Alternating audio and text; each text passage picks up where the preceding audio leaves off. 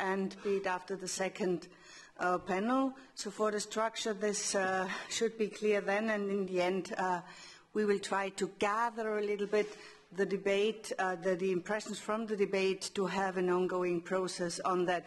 Might it result in parliamentary initiatives by people present here, or might it also result in actions from civil society, which I mostly always appreciate. Thank you very much. Heidi, please.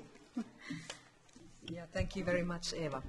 Now, also a very warm welcome to our speakers, but also to other participants, because we hope for a very interactive dialogue, which would, in the first panel, bring forth the challenges and opportunities that the new information technologies present for worthy causes of democracy, human rights, rule of law, freedom of expression, which are all fundamental values of not only European Union but a wider Europe, and also recognized as global human rights. So, and in the second panel, we should be looking more for solutions that we can identify. And for me, this is very much work in progress, because in the Subcommittee on Human Rights, which I at the moment chair, we organized an interesting hearing last summer, where we had company representatives to discuss with legislators and politicians and the civil society representatives. And I became extremely convinced that we have to work together, because we all can contribute so that the opportunities prevail and not problems, which we will be hearing about soon, I'm sure. In my view, we do need new kind of preferably global regulation, but these regulations we cannot put place without a serious contribution and participation of the enterprises that are realizing the opportunities of these new technologies. And the civil society, of course, has to be a party to all these developments as they are. So, as a kind of an introduction, I'd like to say that I became aware of the connection of human rights and modern communication technology by following, first of all, the case of Nokia Siemens Networks, which was selling to Iran a so-called lawful interception gateway as a part of a mobile network in 2008. And you may have seen that the European Parliament has expressed its concern about the possible consequences of this several times.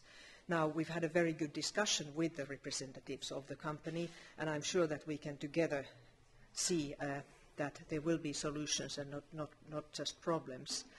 But we have to conclude that it is obvious that an authoritarian dictatorial regime is very much tempted to use the opportunities that these interception possibilities present.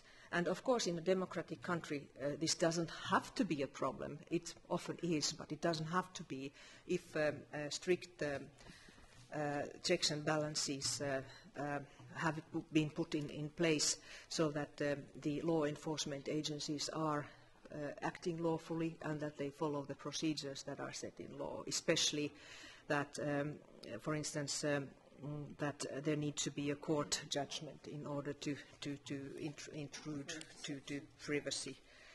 So this is one question that I became aware of, but also that there is an interesting trade angle to all this, that it seems that some authoritarian regimes that practice censorship and sometimes invite and even force companies to follow those obligations, to restrict people's access to internet and communication, that perhaps there is a possibility to see if this kind of restrictions actually represent restrictions also and violations, breach of global trade rules, WTO rules. I wish that we could discuss this in our session this afternoon as well. So I think with these words I'd like to introduce our first speaker, who is the representative of the Council of Europe, Jörg Polakiewicz, who is the head of the Human Rights Development Department in the Council of Europe. And I must say that I'm always very happy to see that the European Parliament can indeed learn from the work which is being done in the various bodies and institutions of the Council of Europe. So, Jörg.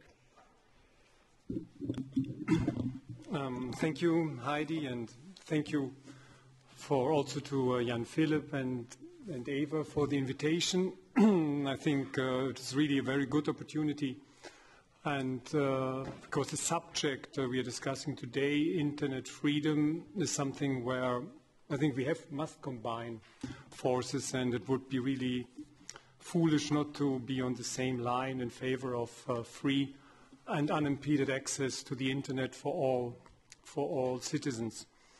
Let me start by quoting just 2 days ago our Secretary General, Torben Jagland, together with the President of PEN International, John Ralston Saul, made a statement, and I just want to quote, to start off with this quote. Journalists and writers across the world are imprisoned and silenced every year for saying or writing things that did not please those in power. Now we are witnessing the imprisonment of bloggers, citizen journalists, web activists, even simple internet users for legitimately exercising the right to freedom of expression. It has never been easier to exercise our rights to expression and information, but it has also never been easier to interfere with it. And this is in fact the events in particular the Arab world recently have shown the tremendous power of the internet for social change. Its online connectivity with its unprecedented reach and immediacy can translate into real-life positive social change. In the Council of Europe, the 47 member states, including, of course, the 27 from the European Union, have recognized that the internet has a public service value. People go online to seek information, to discuss, to communicate with each other for commercial transactions, use it for entertainment and business. But it is, of course, also a critical infrastructure for national security. We must ensure that the internet access is free and unimpeded. Under the European Convention on Human Rights, Council of Europe member states have an obligation to guarantee the full exercise and enjoyment of freedom of expression and access to information, regardless of frontiers. And in the Council of Europe, we've just 2 weeks ago organized a major international conference on these subjects. And there, of course, also many threats to the internet and to internet freedom were identified, which I just want to briefly summarize. First of all, maybe it's very basic, but still fundamental, is that you can forget about freedoms of the internet if the internet is not working. And in this context, we must consider that the existing trans-border infrastructure dependencies. A very telling case is the recent incident affecting Armenia, where Armenia gets 90% of its internet connectivity from Georgia. And the entire country lost the internet for more than 5 hours simply because a woman in Georgia inadvertently cut a cable while digging. This situation is probably extreme, but it can affect similarly other countries. The internet is a transboundary frame network, a common global resource, and so we have to rely on each other for the access and for the resilience of the whole network. But of course, interferences with internet sometimes come not only inadvertently, but sometimes are used also by governments very much to interfere. And there again, think of Egypt. All that was required was one phone call from President Hosni Mubarak's regime to each of the 4 internet service providers in Egypt to shut down totally his citizens' networks. And Egypt is not alone in erecting electronic barriers.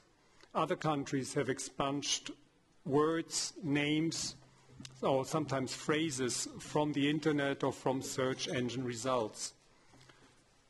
it is evident such action contravenes universally recognized human rights. As Europeans, we can be proud that there is an international court where all individuals can challenge such interference with fundamental rights by governments. And there are currently several cases pending before the European Court of Human Rights against Turkey for the ban of access to certain internet sites. A very famous example is the ban for YouTube due to allegedly defamatory content concerning the nation's founding father, Mustafa Kemal Atatürk. But there are also cases against Azerbaijan concerning sanctions against bloggers. People have legitimate expectations that the internet will be up and running and that fundamental freedoms will be guaranteed. How about internet operators and service providers? At the conference I just mentioned 2 weeks ago, it emerged very clearly that also the business community has a strong interest to carry out its activities on the internet without undue governmental interference. And the Council of Europe's Deputy Secretary General recently told the EU ministerial meeting on cybercrime that we cannot simply sit and wait for some hidden forces governing this new ecology to achieve a self-balance that will miraculously satisfy all our needs and expectations. And we have to work together to ensure that our common values govern our online environment so that it becomes a space where maximum freedom is ensured and measures taken to preserve its safety incur a minimum of restrictions. So what is the Council of Europe currently doing in this field? There are, on the one hand, you had in 2009 the ministers responsible for media and new communication technologies have asked the Council of Europe to look into the responsibilities that states share to preserve the global internet as a means of safeguarding freedom of expression and access to information. And our premise there is that, of course, safeguarding fundamental rights on the internet, in particular freedom of expression, is crucial for the direction that our democracies and societies will head in to the future. If we do not have freedom of expression online, we will not have it offline. The main goal should be to ensure a sustainable and open platform for access to and free flow of information across borders without interference. And in this context, in the Council of Europe, we very much value the multi-stakeholder governance approach, which is important for government and democracy, and the creation of a knowledge-based society. Though, of course, I think we must be aware that it should not be used to bypass rule of law or to mystify power relationships. In concrete terms, there is now an intergovernmental body, the Steering Committee on Media and New Communication Services, is currently working on two instruments. On the one hand, the draft declaration of the Committee of Ministers on Internet Governance Principles, and on the other hand, a draft recommendation of the Committee of Ministers on the protection and promotion of Internet's universality, integrity and openness. And both are expected to be adopted this autumn.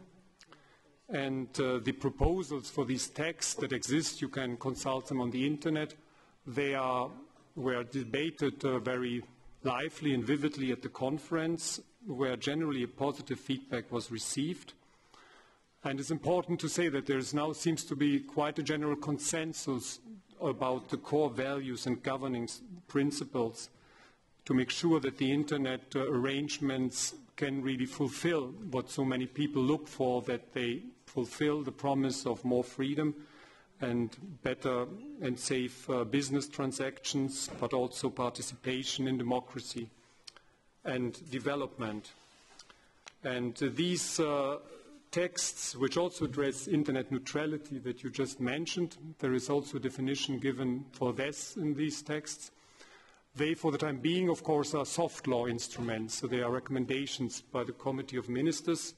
Though they should not be underestimated, they are an authoritative statement by the governments, what they think of the 47 member states, what they think are the principles in this field.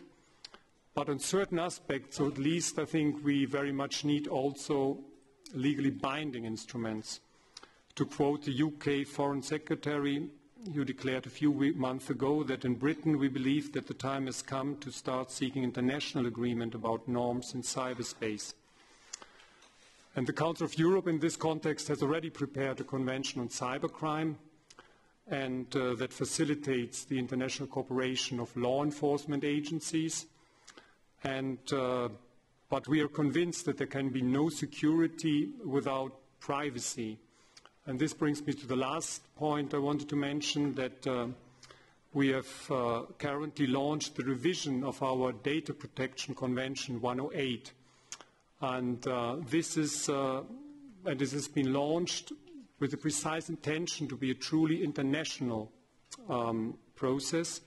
And European Ministers of Justice have encourage non-member states, but also civil society and business community to actively participate in this modernization process.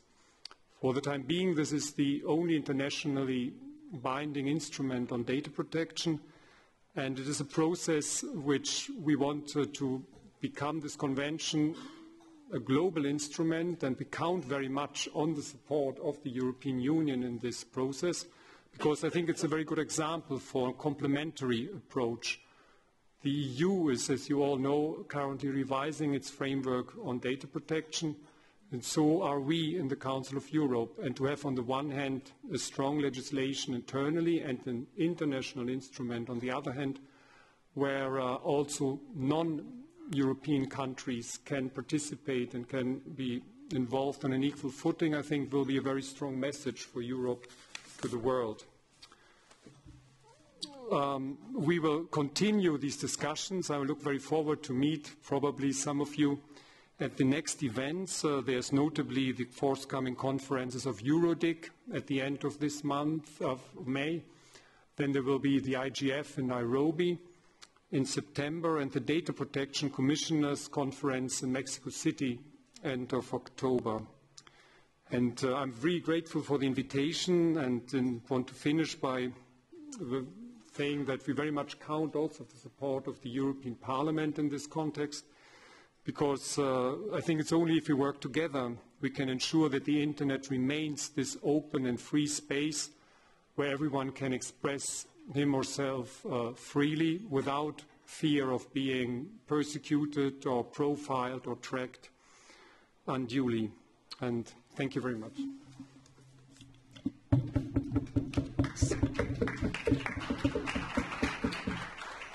Yeah, thank you very much, Mr. Polakiewicz. Now I'd like to give the floor to Erich Möchel, who is an investigative Austrian journalist, and he was going to speak to us about the relationship between surveillance technology and freedom of expression. And we have here several languages, so be free to use English, German, and French. Thanks a lot, Heidi. Yes, I was already introduced. I've been reporting on these topics now for quite many years, and, well, things didn't get better, they got worse. Did you know that it's perfectly legal? Today, you could export any surveillance stuff, any surveillance setup for telephone, mobile networks or the Internet. You can export it from Germany and many other European states to Syria, Yemen and other countries, with the only exception of Libya, because there are UN sanctions against Libya. It's perfectly legal until today. It's unbelievable. Look at TV, what happens every day, and that's the means of oppression. At the same time, when in Bahrain, it's perfectly legal to export surveillance equipment there as well. When in Bahrain people were shot dead on the streets by the dozens, in neighboring Dubai there was a surveillance equipment trade show. It's an American company and the show is called ISS World. You have an ISS Europe, you have an ISS Americas, and there are always other companies there that sell into that region, that sell their equipment into that region. At the same time, when people in Bahrain were shot dead on the streets in neighboring Dubai, European companies trained the police forces of Yemen and Syria and all the other countries around how to use the surveillance equipment. And there was no regrets when I asked them. They said, this is only lawful interception what we practice. Those countries need support to track down terrorism. We as Europeans want to have terrorists tracked down, so we must supply them with the necessary means. And some said like this afterwards, otherwise the Chinese will take over this business. Well, the latter is true. To give you an idea what kind of companies that is, this is Nokia Siemens is not a typical example, it's an example of the past. In the past, the big telco suppliers like Ericsson, Siemens, Alcatel and all others sold surveillance equipment with the networks. So if you would go to Saudi Arabia or some other dictatorial country, they would ask you first, and how can I control this network? They were interested in this feature. That's what the people I know from this, working in this branch, all have told me. Things have changed. Those monitoring center business, so for lawful interception, was mostly spun off by these companies. Even Nokia Siemens spun theirs off. And I'll need to say another word for this. This was pure Siemens equipment. Nokia just inherited this when they merged the network section with the Siemens network section. It was pure Siemens stuff. I've been reporting on that for 15 years.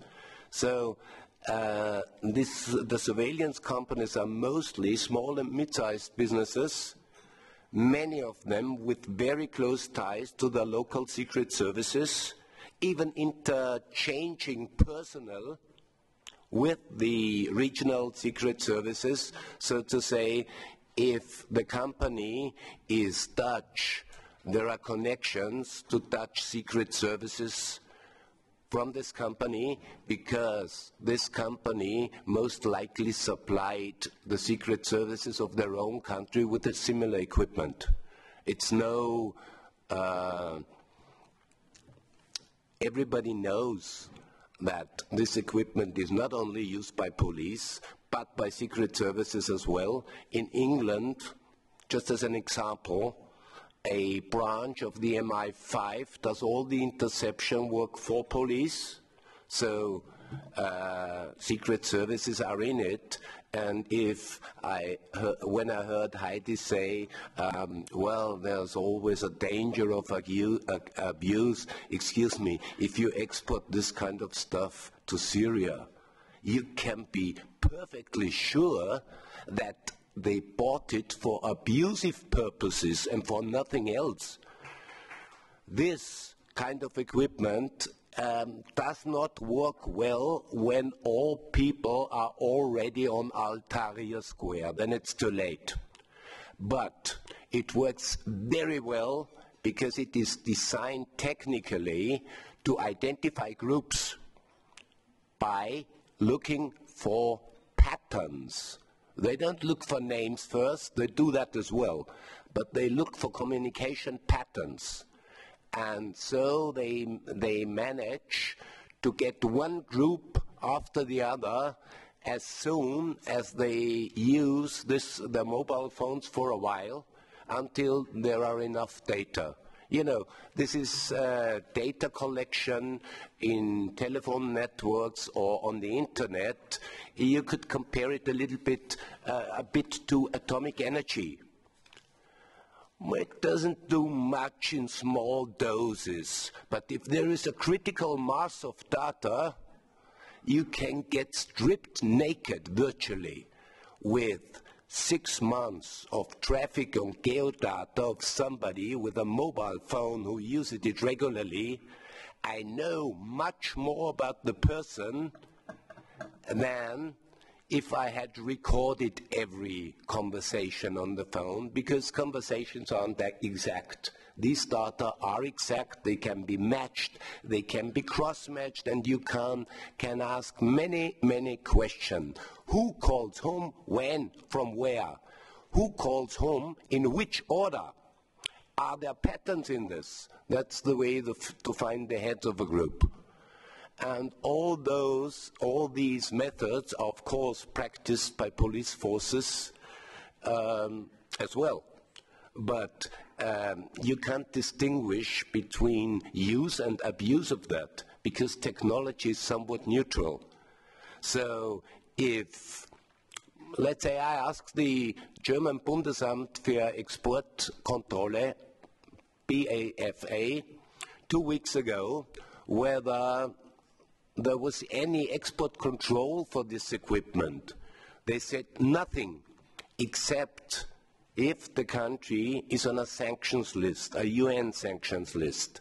So as long as all these countries are not on the sanctions list, you can export it, and Germany is not the only country. To my knowledge, crudely the same laws apply in the Netherlands, more or less in France and in the UK. And that is why you had in Dubai at the surveillance trade show, you had mostly companies from European countries, and, well, the worldwide market leaders are Israeli companies that are on the NASDAQ in the USA. They weren't there because they wouldn't sell a piece of equipment to Bahrain if the equipment is from Israel. Because everybody knows if you buy equipment, surveillance equipment, the secret services of that country are to some extent in. When the scandal happened in Iran, 2 weeks later, German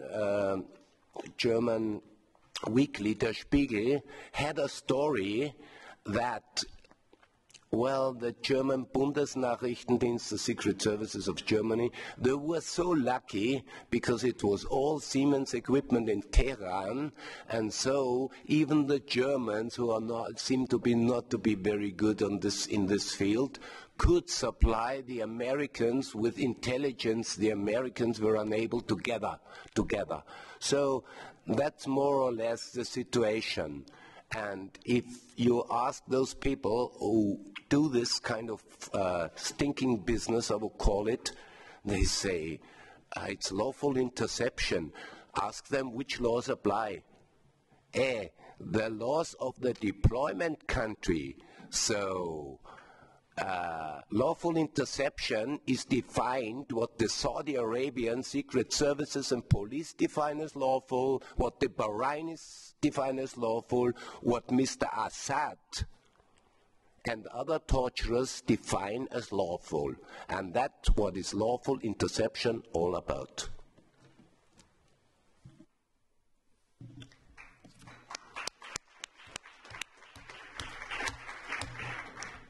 Yeah, thank you very much. This is certainly a good reminder that... Can I just ask you a question? Yeah. Do you think there is 1 or 2 countries in the world who don't use these technical opportunities to violate human rights? Maybe Bhutan, because they have not internet. Okay, I just wanted to make sure you're on these things. Now it's very clear. So we go on, and we are going to listen to how the internet actually was instrumental to Tunisia and North African revolutions. And we're going to listen to one outstanding internet freedom activist and blogger, Rafik Dammak. Where is Rafik?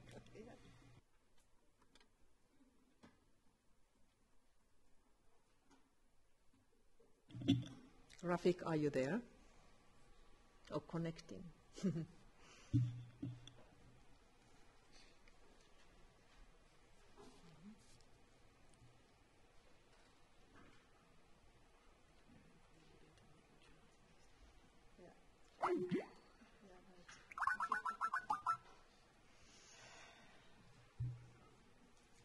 I'm also using these opportunities very often because I, under no conditions, can travel as much as that I'm supposed to travel. Tomorrow I'll make a Skype presentation also.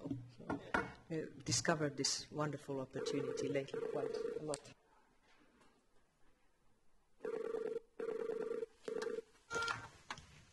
Hello.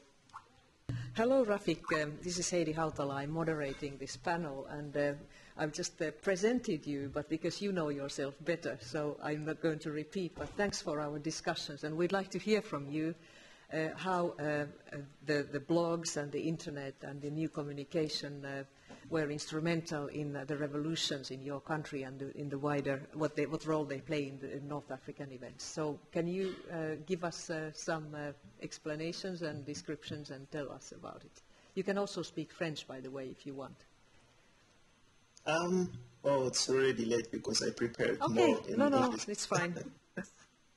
Okay, just what I want to present first about the Tunisian revolution, how internet was used, but also to highlight the issues that happened during the uprising.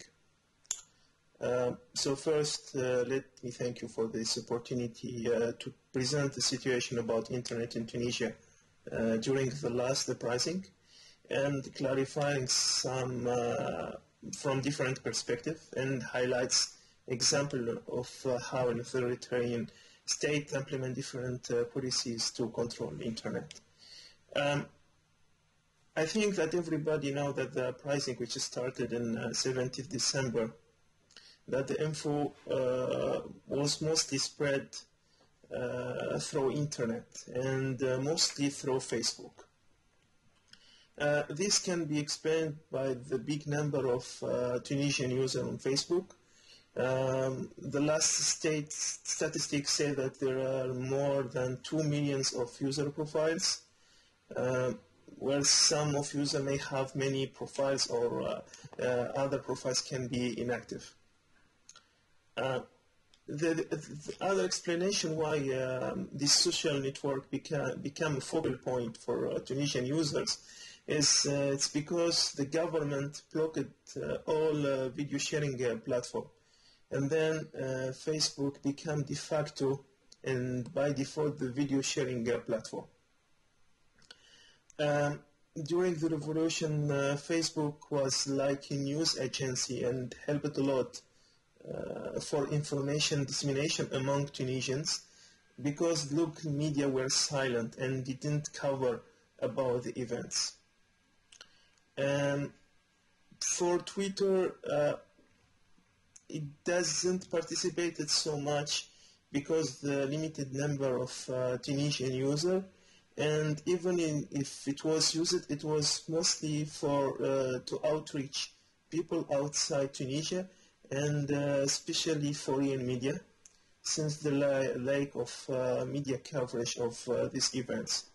That worked somehow with international media like Al Jazeera and France 24. Can you hear me well or not? We hear you very well.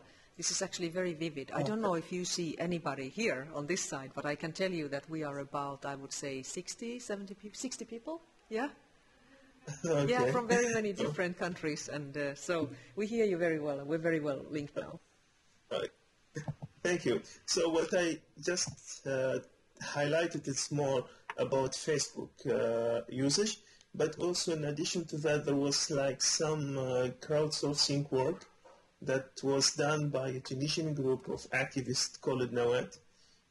They helped a lot for aggregating videos, articles, and everything related to City Bouzid events. And regarding that, all that made social media a perfect target for a government to do more tight control during the uprising, because the government tried to block any information dissemination about what's happening in Sidi Bouzid. So what we observed in that time, since the beginning of the uprising, many Facebook pages and groups were created where people, anonymous and ordinary citizen from city visit uploaded the videos and shared the info. But as usual, and unfortunately, the censorship flowed too, either by blocking those pages, targeting them, those pages where the videos and information are shared, or in the other way, using Facebook reporting in order to deactivate those pages, even if Facebook publicly deny that automatic report. I think that we can question later about social media policy regarding the reporting and its implication, understanding that it can be really hard to manage with a huge number of users. But even with the blocking those pages, it didn't really prevent the creation, if I can say, limited creation of new pages and groups every time if those previous pages were shut down by the government. After that, the government escalated as they tried, for example, to block the page in Facebook where people can upload image and video. So, for example, people couldn't anymore change their photo profile. And the other escalation was hacking accounts of some activists. Those activists also faces a problem with their Gmail, Yahoo, and Hotmail accounts. And then there was a large-scale phishing operation targeting ordinary users in order to harvest their logins and passwords. So we can understand that Facebook, mostly Facebook, was the target for the government. And as a reaction, the Facebook set for the first time the HTTPS for the whole session and not just for the signing in operation. Even it's not real well-known information, Facebook was monitoring the situation and collecting information about what's happening in Tunisia since the beginning of the uprising in December, and responding to those different situations in time. Honestly, I think that is a good example of how companies should react and work in such contexts, even if in that situation it was only an ad hoc reaction. Maybe some people will ask why not the government did block the whole Facebook website. I can say by easy response, it is what some people call the dictator dilemma. In fact, Facebook was blocked for a short time in summer 2008, but for the first time many people complained in public about censorship in Tunisia. It was really unusual in that time, and even Tunisian media mentioned that many times, pushing the former President Ben Ali to block Facebook, and it was the only one example in blocking website in Tunisia till the 14th January. And what's happened that the government couldn't go backward in December, and hopefully it was a real fortunate decision for Tunisian users. In fact, with all those problems of censorship, hopefully Tunisian users were familiar to circumvention tools, but there was also some reports of issues with some tools like Hotspot Shield. We can say that circumvention tool can help, but there are still workarounds in such situation. So why I try to talk about the censorship? Even it pushed people to use Facebook, strangely, mostly for the uprising, and the censorship was possible through a different way. It can be explained by a different reason. First, the design of the Tunisian network was done in order to allow monitoring through one node managed by the Tunisian Internet Agency, in addition to the absence of international connection directly managed by Tunisian ISP. In fact, all Tunisian ISP was dependent to the Tunisian Internet Agency and the state-owned telecom operator. And in fact, the Tunisian government would shut down internet access in Tunisia more easily than in Egyptian case, but for a known reason they didn't do that. For the for the censorship techniques and internet filtering, they go from basic one like DNA poisoning to more elaborated one based on keyword, and that it was possible by using different important software like McAfee Smart Filter and WebSense, and also by using some customized in-house solution. Something that also remained unknown even after the revolution, that we just know that the Internet Tunisian agency was responsible for the operational aspect, but they said that they were not involved in the censorship per se, because those behind the decision for blocking are not really known. And we believe that was the Ministry of Interior which managed that with the help of the former ruling party. I explained before about the Facebook roles and also about internet filtering. We have another actor during the Tunisian uprising. It was the anonymous group which started attacks against government website through denial of service and website defacing.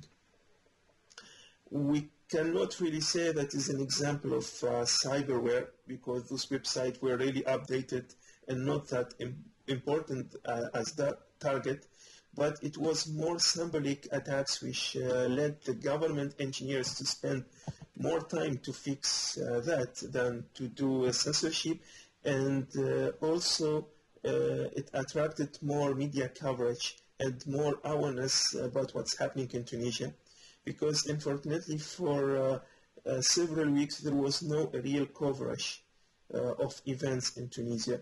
So anonymous attack at least helped to attract some media attention. Rafik, can you come to a conclusion, because we need to spare time for one more presentation and discussion, and we have about 30-35 minutes for all of that. So well, I invite you back to answer questions later, but I would expect you to give a conclusion now. Yeah, so please. Yes, I also wanted to mention that there was also some Tunisian bloggers and users arrested after the anonymous attack. And just I wanted to make this short conclusion that that social media helped a lot for information dissemination. And ironically, that the state policy of censorship centralized that in Facebook.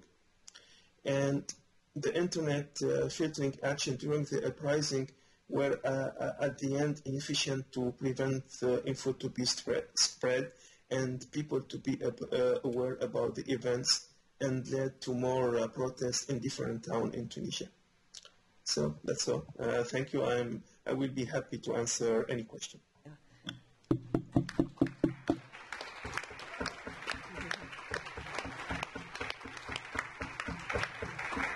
Thank you, Rafik. I think you have some fans here because I heard other than just applause.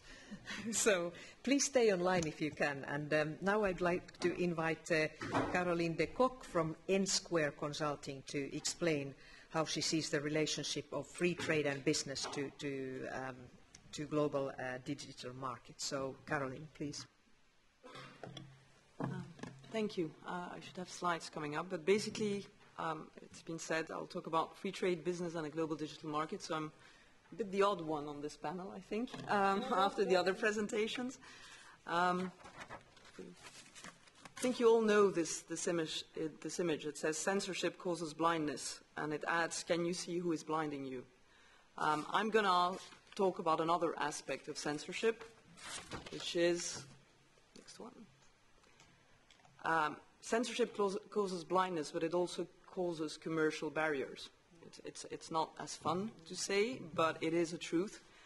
And it's also why freedom of speech and information is everybody's business, and both everybody and business is important in this.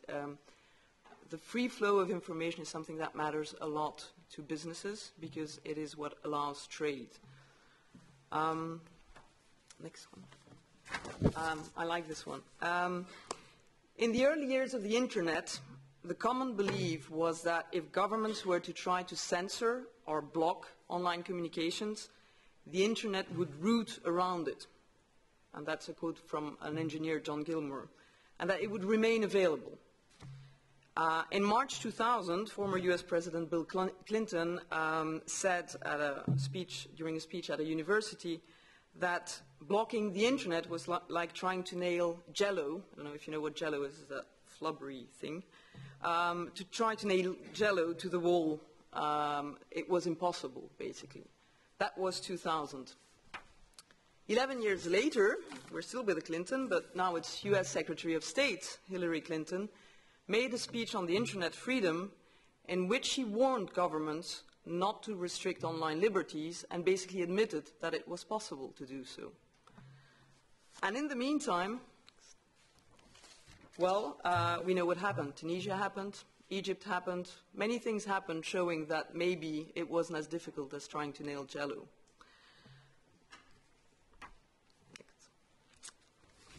Looking at this more generally, there's lots of maps available, there's lots of reports available by OpenNet Initiative, Freedom House, Reporters Without Borders, and they all show, if you compare them from one year to another, a worrying trend. There is an increase in censorship in online communications, an increase in the methods used, but also an increase in the geographic spread of it. More than 40 governments have instituted broad-scale restrictions of information flow, and about 20 others tinker with the Internet in one way or another. That's a tenfold increase over 10 years. Next. I don't know if it works. Okay. So this, because sometimes in the context of trade, it seems everyone thinks automatically about China, which is maybe not the country you would think of in the context of human rights, but in the context of trade, China comes to mind. This is not about China alone. It's about many countries. More governments today are incorporating surveillance tools, as the gentleman mentioned, into the Internet. They're blocking, they're impeding online services, they're imposing new secretive regulations, and they're requiring onerous licensing regimes from companies. From a business point of view, I'm not talking human rights, but pure business, this is not good practice and this is not helpful. It creates economic hurdles and it makes it difficult for companies to operate across borders. A few statistics. Google services have been blocked in more than 25 countries. Now you may think Google services, that means YouTube, but that can also mean Google Docs, and that means that suddenly companies can't reach the same document and work on it. Reporters Without Borders count 119 bloggers and other Internet publishers imprisoned around the world. So this censorship affects both citizens and businesses. And it affects both developing and developed nations. Throughout Western Europe, governments and judges are attempting to make internet platforms liable for content that appears on them. And basically, they are either increasing censorship or self-censorship, depending on the action they undertake. This restricts trade, and left unchecked, it's bound to get worse. That's a human nature thing, I guess. Internet filtering, from a commercial perspective, makes it harder for internet companies to reach their customers, and it means that the businesses that rely on the internet are less productive. If you don't have access to the internet at a given time or during a couple of days, it makes your life difficult. Next, please. I put that because it's in very small. You will see that figure in dollars, which is 1 trillion, translated in euros, but it doesn't make up for such a nice symbolic figure. And for those that don't do dollars or euros, it's a lot of money. Basically, that's a translation. Internet-based commerce worldwide is expected soon to reach $1 trillion. So it matters. It's important. Blocking it will obviously affect that $1 trillion happening. 674 billion euros, by the way, translating. A lot of money. That money means jobs. It means economic growth. It means exports. It means imports. According to a study by Hamilton Consultants, which sadly it only looked at US internet corporations, half of the revenue earned by US large internet corporations is made outside the United States. And I would expect that you would get pretty much the same figure for European corporations. The important element there is not so much the size of the revenues made outside, but it's the fact that internet has allowed small companies to get into new markets at a pace and in a manner which was never possible before internet was there. And it has allowed small companies from developed countries, but also from developing countries. There are ladies from French Guiana selling hammocks over the internet, which would probably never have reached the rest of the world in this way. From a censorship perspective, when a website is taken out of service for a week, it will have an impact on revenue equivalent to 2% of total annual turnover. So this is big business, and this is a business issue too. Next. I wanted to outline some of the censorship strategies, but I'll be very brief on them because I think our previous speaker has already outlined quite a few of them. But just so you know, from a business perspective, first one is technological tools. Governments use or force companies to use technical tools to either block access to an entire service. That can be Google as a search engine, or Bing or Yahoo. A content service like YouTube that they can block, social media platform, Facebook. As was said before by the gentleman from Tunisia, sometimes it's keywords that they will block. I found it oddly funny in a sad way that it seems Turkey this week released a new list of 138 new prohibited words for ISPs, and prohibited is one of the prohibited words, which made you think someone had a sense of humor, but it is happening, and that is quite close to home. Blocking access to web pages, to domains, to many things. Sometimes the blocking is not even, it's an ad hoc blocking. It's for a special occasion, if you wish. One of the cases was on 4th of June 2010, Foursquare was blocked by the Chinese authorities because too many people were putting their location as being Tiananmen Square to celebrate the anniversary, well, celebrate insofar as you can, to commemorate the anniversary of the events there. Next, please. The second strategy is to use legal and regulatory tools. It's more subtle, it's more pernicious, it's not as apparent, but basically you put in your licensing requirements to foreign operators that there are certain things that they're obliged to do if they want to trade in your country. Sometimes these requirements are enforced by legal orders. Sometimes they're just in the licensing conditions, and either you do it and you can trade, or you don't do it and you lose your license. Yeah. And then there's intimidation. And guess who the big dog is and who the small dog is, usually. Gentle coercion, I think, is the expression that I've seen. Companies are encouraged to self-censorship. And by encouraged, I mean intimidated to self-censorship. That's done through surveillance, it's done through monitoring, it's done through threats of legal action, and it's done through informal contacts between government and representatives of industry.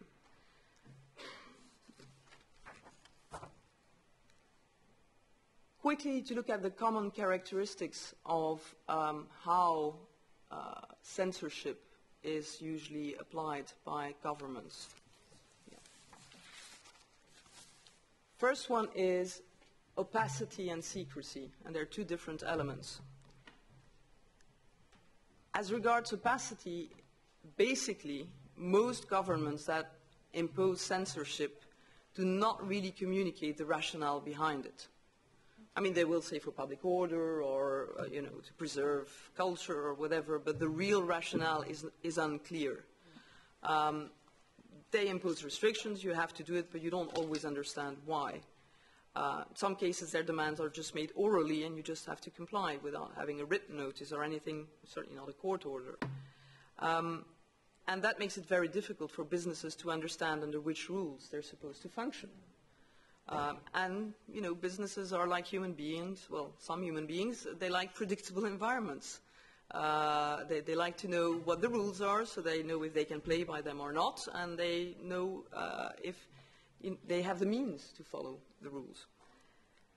The secrecy aspect is the fact that in many cases companies are not allowed to say what they have to do to comply with the rules. They're not allowed to communicate which measures they are taking or what they're blocking because of orders received from governments. And that makes it very difficult, obviously, because as a company, and if you have to block something, it would be nice to be at least able to tell your users that you're doing so, because it would make the users understand why something is happening, and that is not allowed. Yes, I'll speed up. I'll speed up. The second characteristic when these things happen, and that's an important one in what I'll quickly outline afterwards, is discrimination. In many cases, the censorship that is imposed on foreign companies is of a different level, if there is any level, than that imposed on domestic companies. In some cases, the censorship is even such that a certain website from a foreign company will not be accessible, but the equivalent from the local market will be accessible, and you will be redirected automatically to it. Yeah. So, what can be done quickly? Next one. In a recent report, the European Centre for International Political Economy said there are very few carrots and sticks other countries can use to get a country like China to change its practices. And that's the issue. I mean, you can talk about international discussions, but what's the carrot and what's the stick? We got some experience with that. Good. Obviously, there's moral pressure, but that only functions when both parties at the table have the same conception of moral. And that is not always difficult, even just for cultural reasons. Now, I don't want to just say it's difficult. There is a framework where you can get things to be enforceable by legal means, and that framework is offered by trade agreements. So, now trade agreements in the European Parliament these days is not a popular word with ACTA and things like that, but I'm talking about a different one, which is GATT, the General Agreement on Trade on Services within the framework of WTO. And that is a trade agreement that is signed by many member states in one form or another. And it asks members to be transparent, provide judicial or independent review of decisions, administer rules in a reasonable, objective and impartial manner, be non-discriminatory, ensure that foreign suppliers have reasonable and non-discriminatory access to public telecommunications networks, and provide fair market access. Now you're thinking, great, we have the solution. Let's use GATT. But a couple of limitations that I'll quickly set out. First, as any trade agreement, there are rules and then there are exceptions to the rules. Now that doesn't mean these rules are not enforceable, because these exceptions are very well defined and normally they should be used narrowly and only, I mean, you can't just say, well, my exception is public order so I can do whatever I want. It has to be explained and demonstrated. The second one, which is an obvious one, is that because it's a trade agreement, WTO only applies to the people that signed it, or the states that signed up to it. So you're not going to be using GATS against North Korea or Iran. So your scope, your geographic scope, is limited. And in terms of scope, there's two other limits. First of all, the commitments made by countries to GATS are very different. And often they're very different depending on when they signed up to GATS, because they had to make lists and commitments, and some of them have made commitments before the Internet was the Internet. So they're quite outdated. The second thing is that WTO allows you to bring a complaint against a specific measure of censorship. You can't just say everything that a certain country does is censorship, so I'm complaining against this. So to conclude, censorship is also a trade barrier, not only a human rights issue, and actually I don't even want to oppose both of them because they're two sides of the same coin, and it must be treated as such. And then to leave you with a little reflection at the end, and a little creativity exercise, if you could take everything I just said and you replace governments with commercial operators and ask yourself, is that more acceptable? I think you're talking about net neutrality next week. That's so the point, yeah. That would be my little exercise, if you want, for over the weekend. Thank you.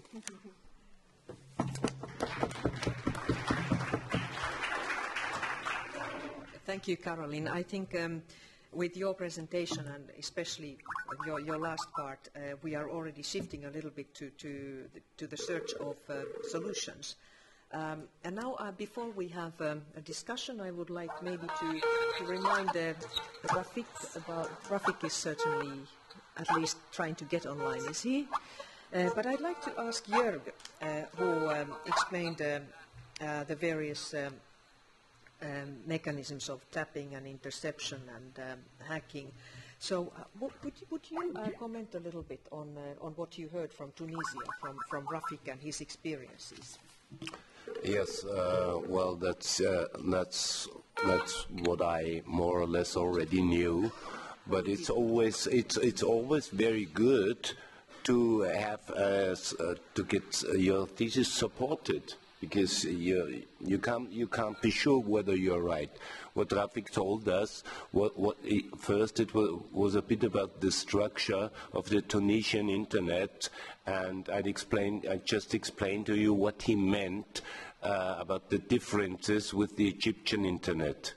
The Tunisian internet is more or less a monopoly still, and you need to rely on the state-owned lines to do internet business at all.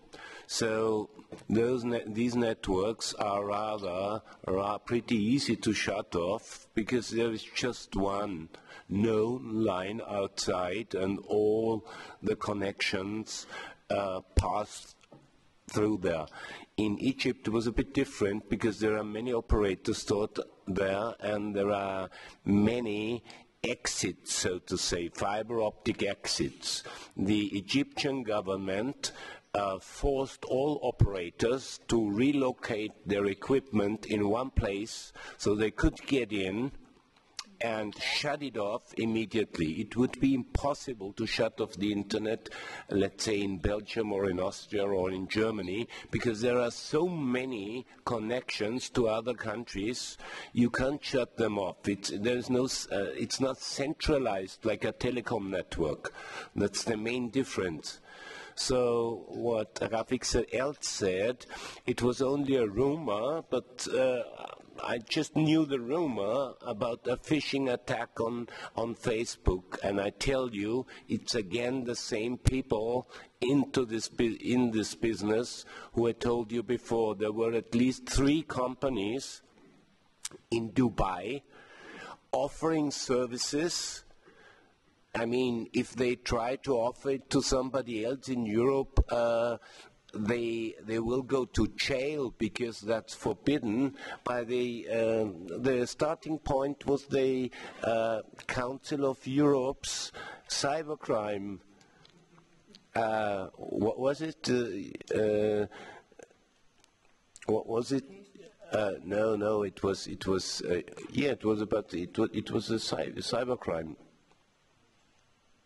back in 1999, 2000, and so it would be blatantly illegal to sell that to somebody else. But if local laws say it's allowed to sell viruses and malware to police and secret services because they need it to track down dissenters, they can do it. There were at least 3 companies present there that sold malware like the one that was used. Basically, we talk about Trojans. People go somewhere, catch a virus, and then the machines get hijacked or spied upon. That's the way how it works. Even in Germany, there was a discussion, Bundestrojaner discussion, if police should be allowed to use means like that. Come on, this is criminals who use it. And then cops sometimes come up and say, you know, the criminals are using this, and they're using that, and they're using that, and we need to be at the same level. And at that, on this occasion, I always ask them, if the criminals start using flamethrowers, will you introduce flamethrowers as well to the police? So it's a ridiculous argument, but these means always work in the beginning of a confrontation. When the confrontation is up and running, people don't want to go to the internet, they want to go to Al Tahrir Square as they did in Cairo. So that works perfectly before and after an unsuccessful revolution to prosecute people, if you can distinguish them from the other. Just an anecdote from Iran, and that's the end.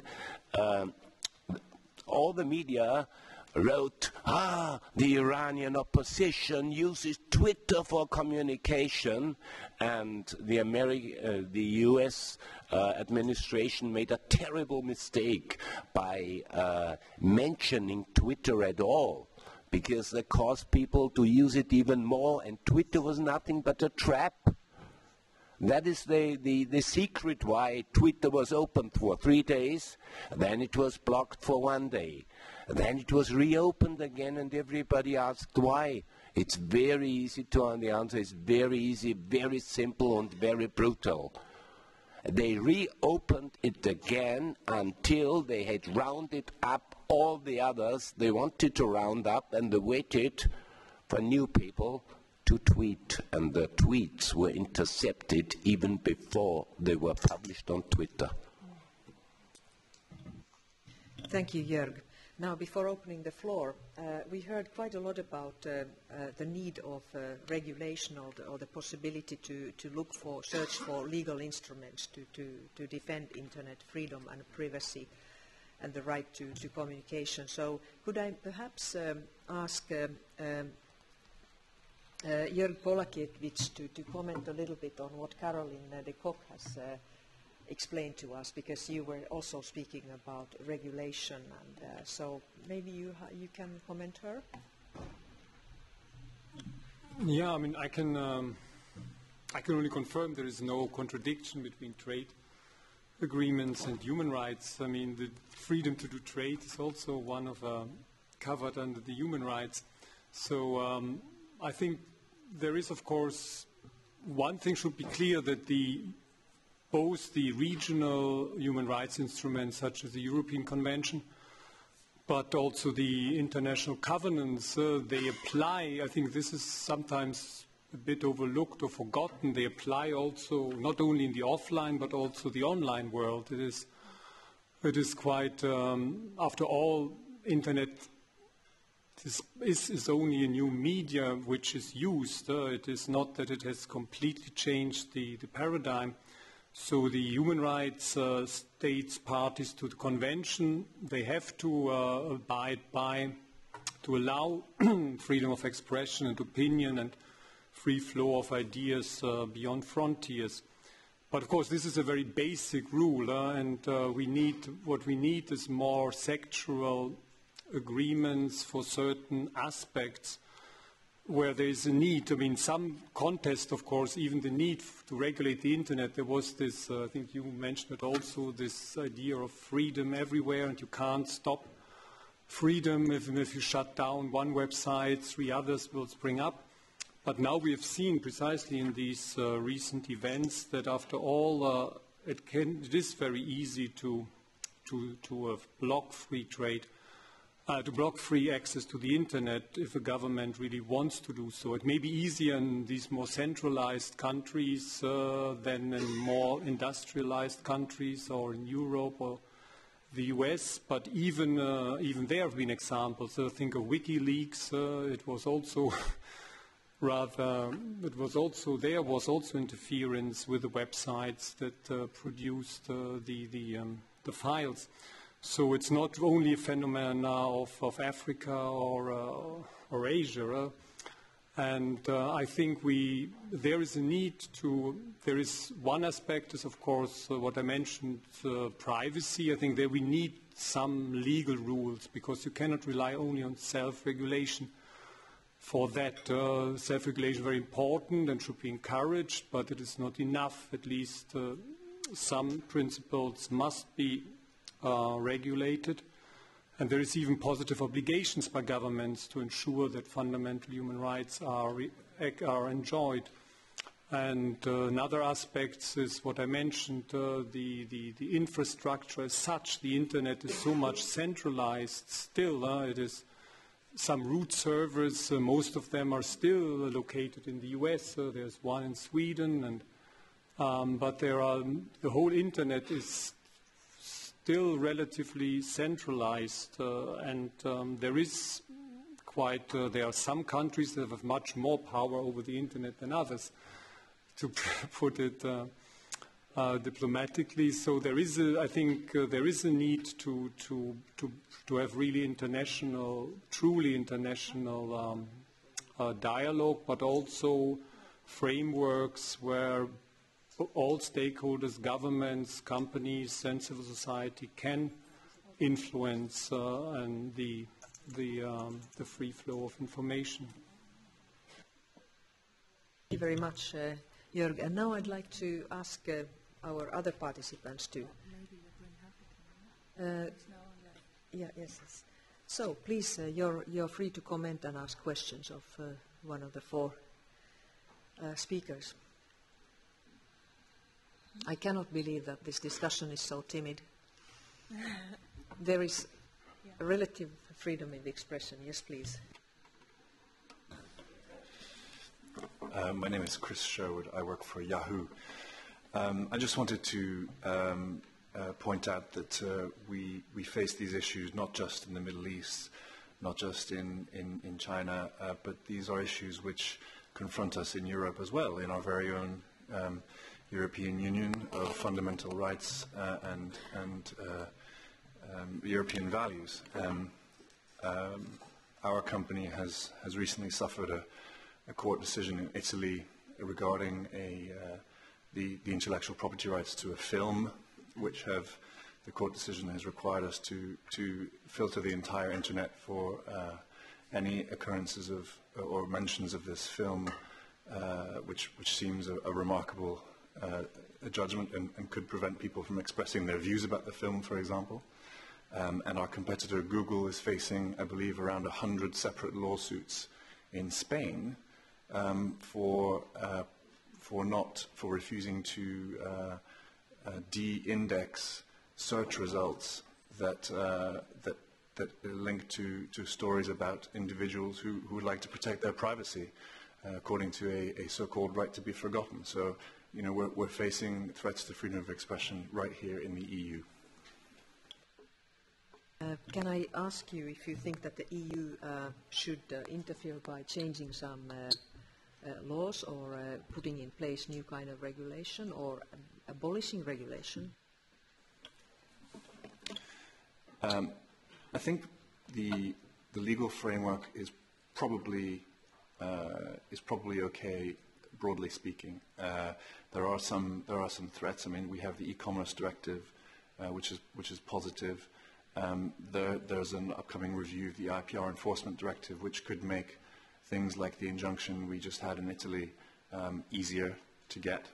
So there are some risks ahead in that area. But in general, the legal framework is okay. It tends to be more a problem of interpretation, and I think there's actually a lack of debate about these issues in the round. We have, we're facing issues, so not just in the privacy area like Google or the intellectual property rights area like I've just described in Italy for Yahoo, but also illegal content, whether it's hate speech or terrorist content or child abuse images, a whole series of different ways that various stakeholders are trying to get intermediaries to do things for them on the internet, which are not being looked at by the European Union institutions as a complete picture. So there isn't a really coherent internet policy in the European Commission today or other institutions, and maybe there should be. Thank you very much. More interventions, more questions? Yes, please. Yes, hi. It's somewhere between a question and an intervention. Yeah, and certainly you deserve to be introduced. Sorry. Shadi said I work in the human rights units in the European External Action Service as a focal point on freedom of expression, but I'm here on my own capacity. It's because in the different presentations you have a mix of different things.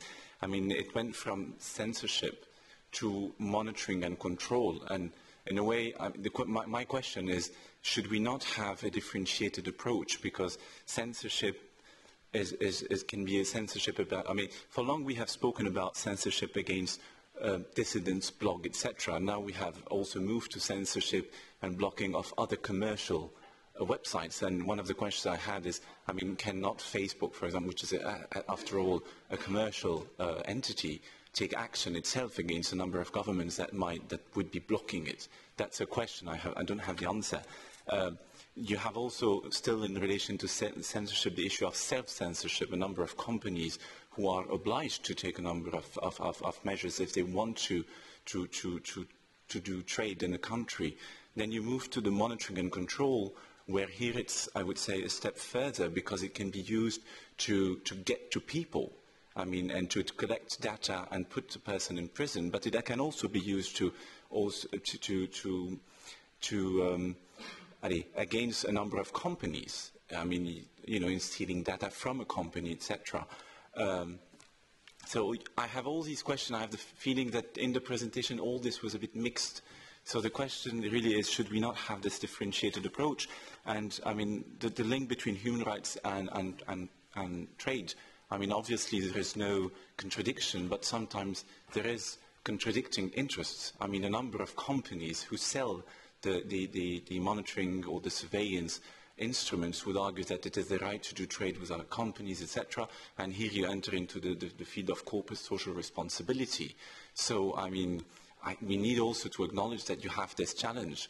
And the other question is, you have the right to, is the other challenge or the other tension is between human rights and security. This is nothing new, but some would argue that you should have the right to produce a number of instruments that can help you to control what is happening on the internet, etc. While others would tell you the question is rather to whom you sell this and how you use this material.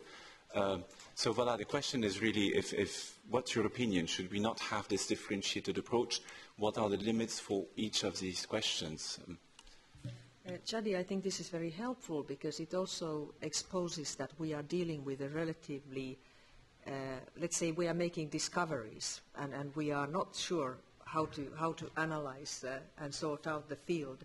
For instance, this quite, I would say, new theme in human rights policy, new communication technology and human rights. So I think this is a little bit of a white spot on our map, and it's not especially easy because it's technically so complicated also.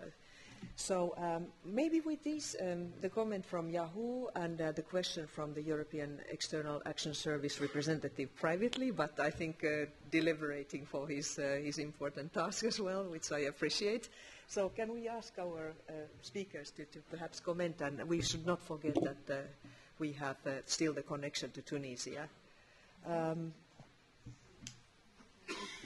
Okay, Caroline.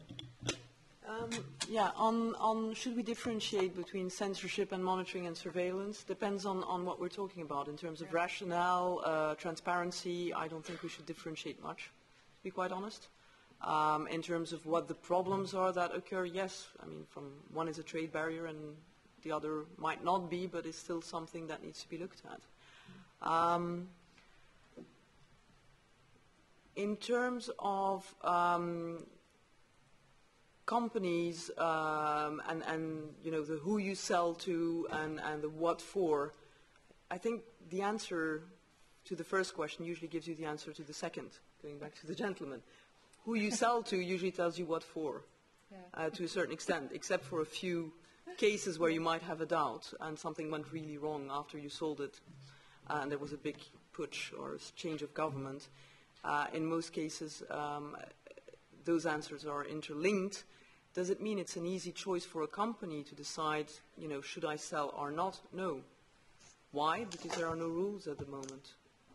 I mean, if, you know, going back to the gentleman, to a certain extent it's a company's own ethics and how it views it and the pressure they get from shareholders that will define what they do. I'm not sure there are good solutions. I'm pretty sure there are bad choices in that case. And I think that's the two main questions I identified. I don't know if I missed anything. I'll add a third question to you. What would you do with a country? I just was in Turkmenistan last week. And there's only one operator. There's no roaming. And then maybe one company wants to come to the market. What would you say? What is the dilemma in terms of an informed ethical choice?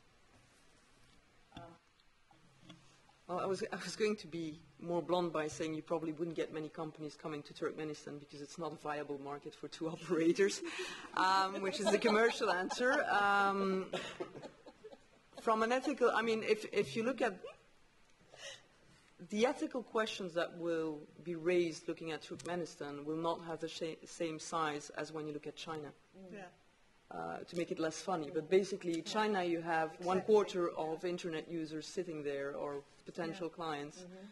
Turkmenistan is a small market, so to a certain extent that ethical question will not be raised because that second operator will probably not come. Whereas what about if they wanted to buy a monitoring center and a lawful interception gateway? I'm sure they'll find companies that will offer that, to be quite honest. And going back to the gentleman, there is that pressure of, and that kind of guilt alleviator of saying, well, if I don't sell it to them, someone else will. I think there's no framework at the moment to give an answer to companies that face that in terms of rewards for not doing it, or giving other solutions or other opportunities. And I think that is one thing that may be something to think about on how companies can benefit from refusing, in some cases, to do a sell. I'll give the floor to Eva Lichtenberger. Only in short, in the last period we were creating some kind of group which called themselves Global Online Freedom Act, where we said the states in which major companies have their main seat, they should agree on a responsibility of having them having standards against censorship and against mechanisms like surveillance and so on and so on.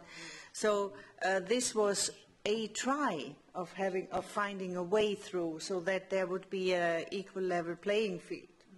But this would not solve, for example, the question of China. That's very clear, because every company there then would have the possibility to do whatever they want, because they, of course, wouldn't have to face state controls. So this is why this approach was a little bit abundant, because we thought first this would have been a good solution, but anyway it was not, because we were facing an ongoing policy in China right in that direction, that this mechanism then wouldn't help in the end. So this was a solution that has been overridden by the technical and political developments in certain states. Thanks, Eva. Now, I think soon we wind up this session, and I'd still like to hear Erich and possibly Rafik. Thank you. First, I'd like to answer Eva's question with, I have no answer to that. I really don't have, can't offer a solution, but in the least, each of those systems should be controlled in some way when being exported. That wouldn't mean, that doesn't mean yes or no, it's allowed or it's not allowed, but at least there should be notifications, such as in the USA, in the US, who are notorious for a lack of rules if they are not needed. They have these rules. We don't have them, and in my opinion it's a shame. We don't even know why, who causes these people suffer. And those people who sell this equipment, the guys who sold to the Syrians, most of these are German companies, and I tell you, they have blood on their hands. And another question to Rafik, if you heard us, could you tell me, because it interests me personally, what role did mobile network, we talked about the internet, but what role did mobile networks play in Tunisia? My guess is that many people there have maybe a smartphone and not so good internet access on a fixed line. Is that correct? Rafik, did you hear? Can you intervene? Yes. Okay. For the mobile internet, I don't think that played an important role in Tunisia, because the 3G network was deployed in last April by the company owned, a private company, and it wasn't so widespread among users. In fact, people were using dumb phone with camera, and after uploading the videos through regular internet access. But to respond to the question about if we need to differentiate between censorship and surveillance, in simple words, censorship, it targets all internet users and can be bypassed by circumvention tool. When the surveillance, it's more dangerous threat because it's a hidden threat. Users are not necessarily aware about the existence of surveillance, and it targets their communication, where they may exchange personal and information that led them to be in danger. And there is no real solution for that. When for circumvention we can find some workaround to fix that. So now, speaking as an internet user who had to handle circumvention for more than 10 years, I am quite upset and disappointed that my country was using software both from Western country. So maybe as a first solution to block any exporting of such software to authoritarian country can help a lot. the citizen in those country, even it won't fix the problem as a whole, but it can be at the beginning to fix it. Thank you, Rafik. Now, I've been just told that there are some sandwiches and drinks outside the room, so if you want, you can use a short break to get some nutrition and energy, and then please come back to the room so we continue at, let's say, so we say 10 minutes. You can also take the sandwiches to the room, and then we have the next panel, and we're already well underway to discuss what are the solutions that we can provide. But thank you for this, and we go on in 10 minutes. Thank you. And then can you make sure that we start in 10 minutes? Yeah, I tried to. Yeah.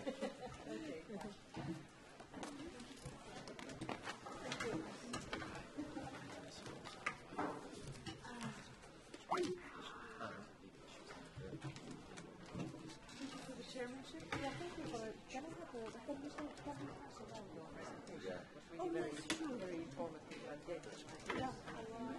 I was looking at the document. Went to the address where you were. Yeah, you were on the organizers and we collected them. I always help colleagues. Sure. I'll just look if I have one. Otherwise, it's very easy. Yes, no. But it's no problem.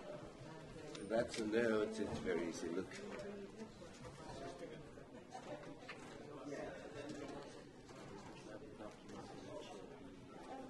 I have the presentation document of the Dutch company. Yeah, you can. Sure.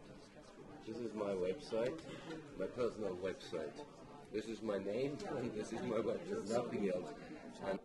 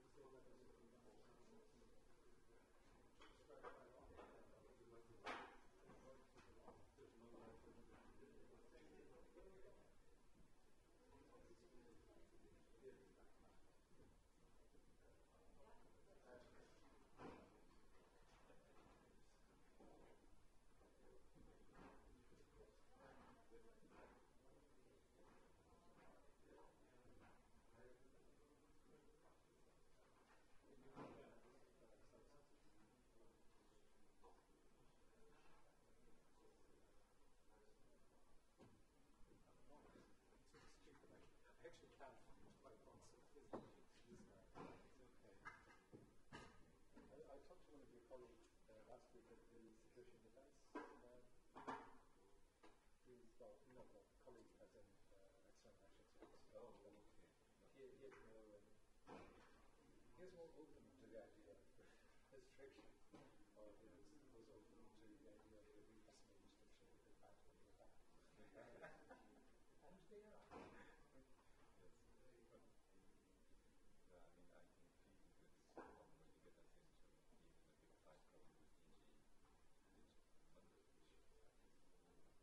DG digital funded issues. So my name is Jörg, and my email is Jörg. These things just need to be thought about. And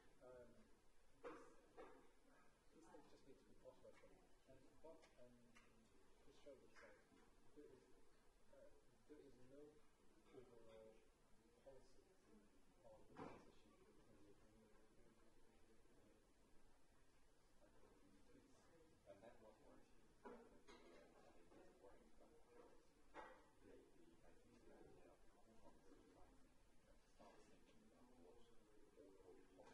policy on this issue in the European Union. And that was one issue. But I'm afraid that we have nothing internally so long. I'm basically schlepping around the cabinet. Just pointing out what everybody else is doing. Did you know that this is did you know that this is being done by the same person? This is what was done in coordination with the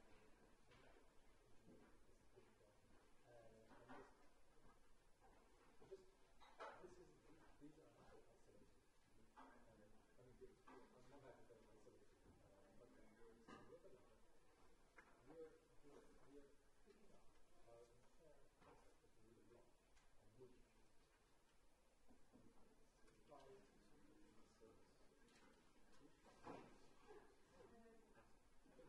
I think that really is nothing.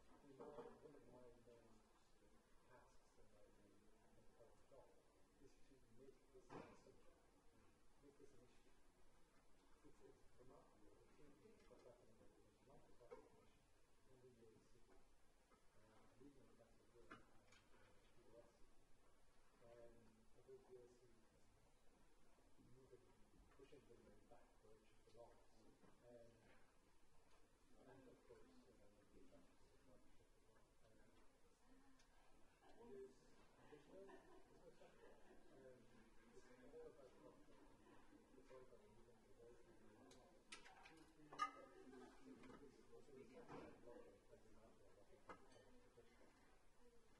we use the works we use is stimulating internal collaboration to voluntarily apply. You don't stimulate it, you coerce it on it. And blocking through that outside is also outside from the legislation, and it's also outside predictability.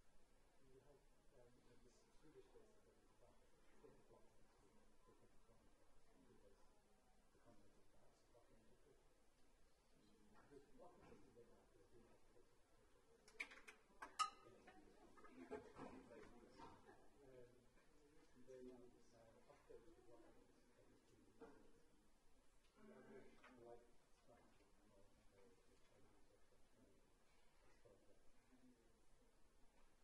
of even if blocking is good, that's just absurd. But it's being done by private agreement. It's dash because it's not supposed to work. It's supposed to give the impression that somebody did something. And yeah, it's so hard to actually get people to something. It's pretty extraordinary.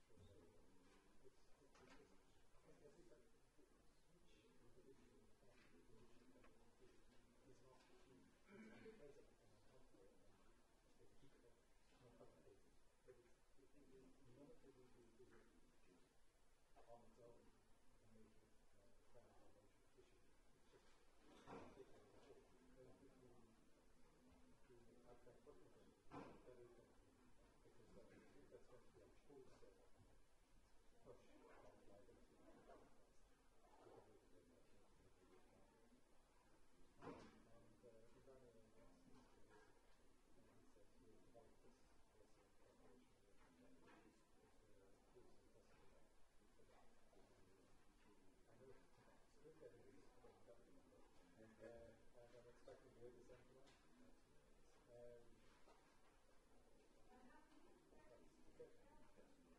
I wrote a basic